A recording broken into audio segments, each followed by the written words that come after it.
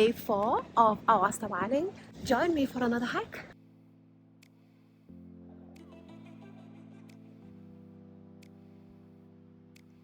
We had to hike 2.5 kilometers to actually start this hike.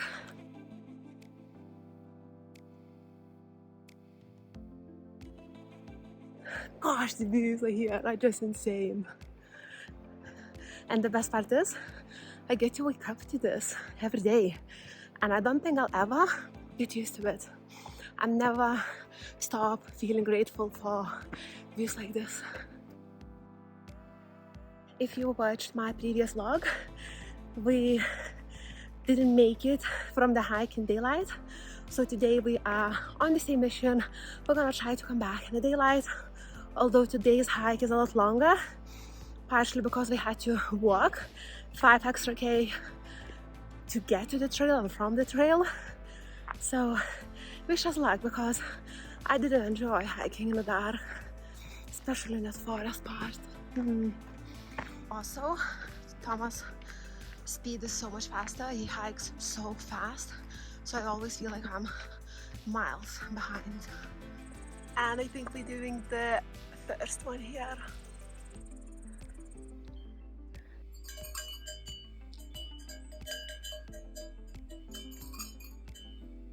At this point we only did around 4 kilometers, and the past little section was horrible. It was kind of in a wooded area, but there were a lot of like cows and donkeys, therefore a lot of flies, and it's extremely humid. So far it felt like a very hard hike, although it's really not. It's just the heat mixed with humidity, mixed with flies.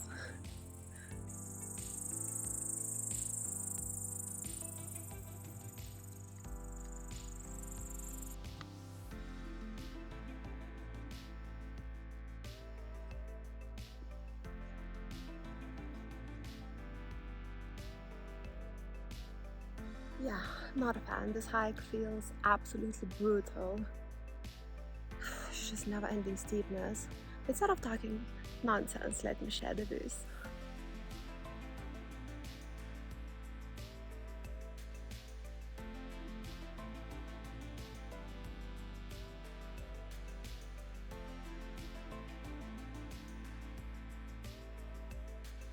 You know that feeling when the hike gets really tough?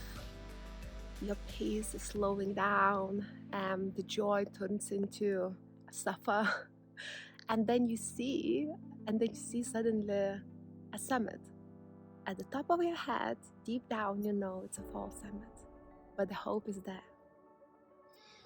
Such a tough feeling, right? So it happened 3 times on this hike already.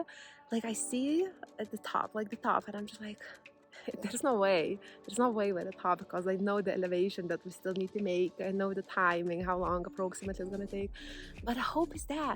The hope is so stupid, right? Because it tricked me. Yeah, it happens in most of the hikes, and it's something I'm never get used to it. Thanks for listening to my rant. Over and out.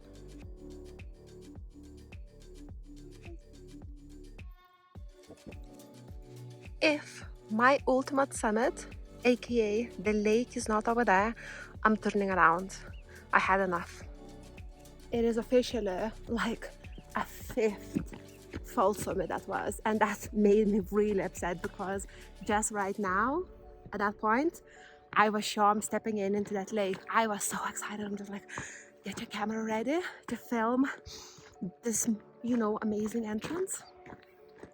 And I stepped into this, a path leading to Bloody Lake, I hope this time. Can you see a little shadow waiting for Thomas? Little tiny dot. You won't leave without Thomas. It cannot be another fall summit. Yeah, boy.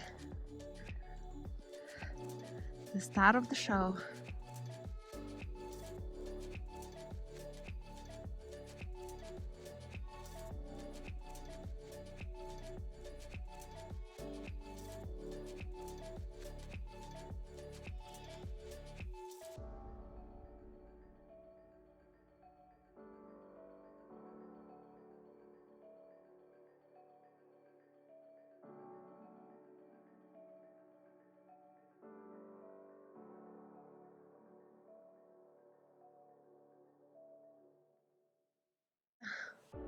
amount of walking to do.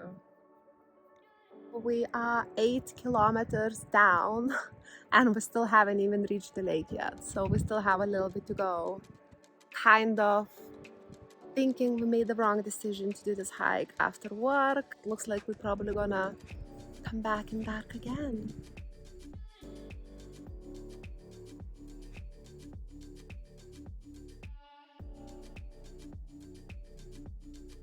At this point we've done about 10k and we nearly made it to the lake, but then it was about 1 kilometer left. We made a conscious decision to turn around.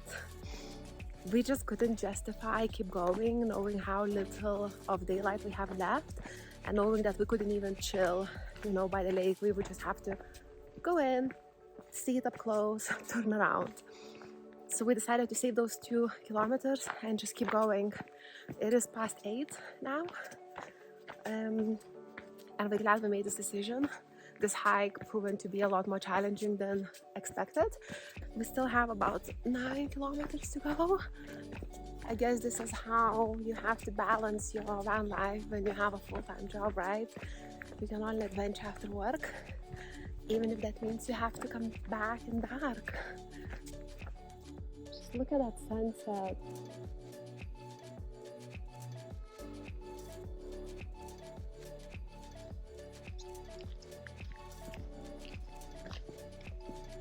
Also, I thought it's important to mention that that lake felt like an illusion. No matter how much closer we thought we're getting it, it felt like it was further and further away from us. It's just insane.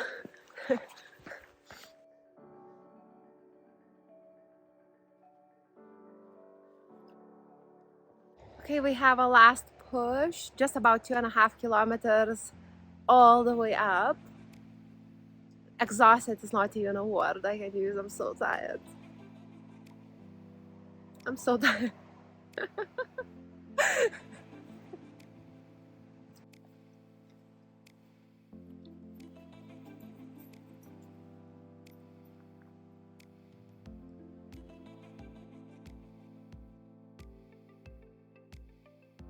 Okay, so we woke up feeling exhausted because we went to bed last night at 2 a.m.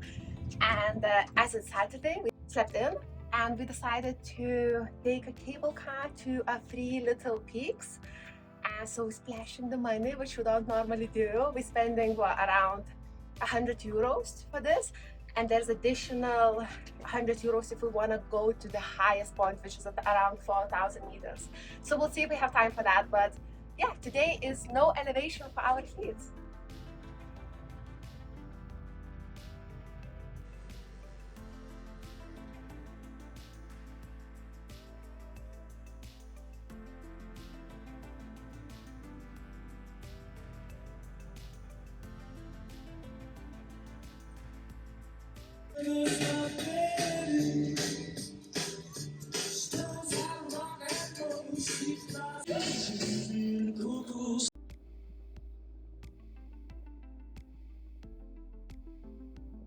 The most excited to see this glacier up close.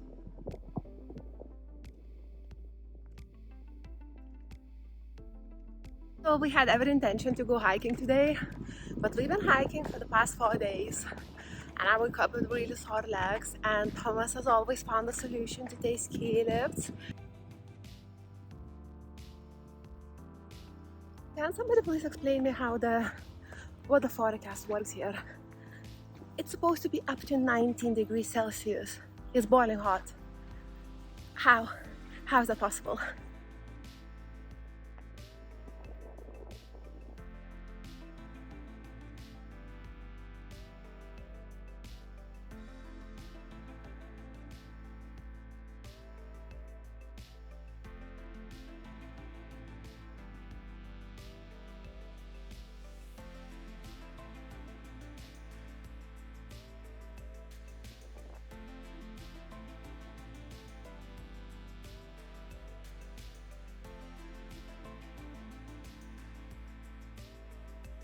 Beautiful views all around.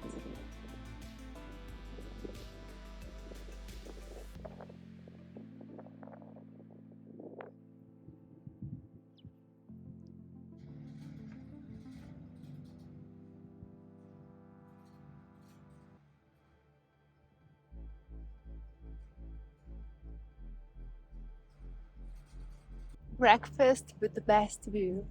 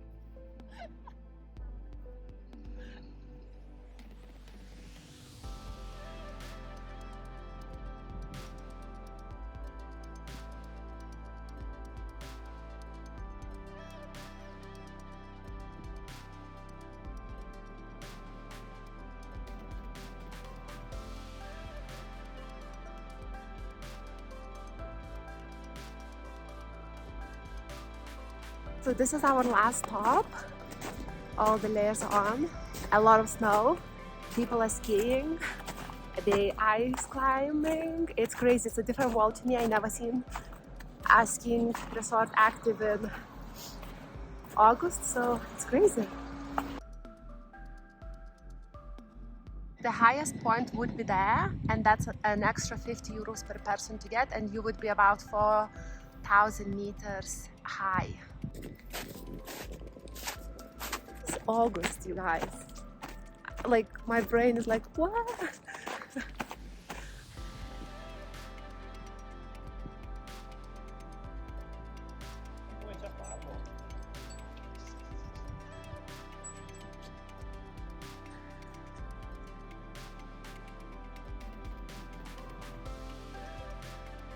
We just had like the best visibility for the past couple of minutes, and then suddenly the fog. We can barely see a couple of meters in front of us.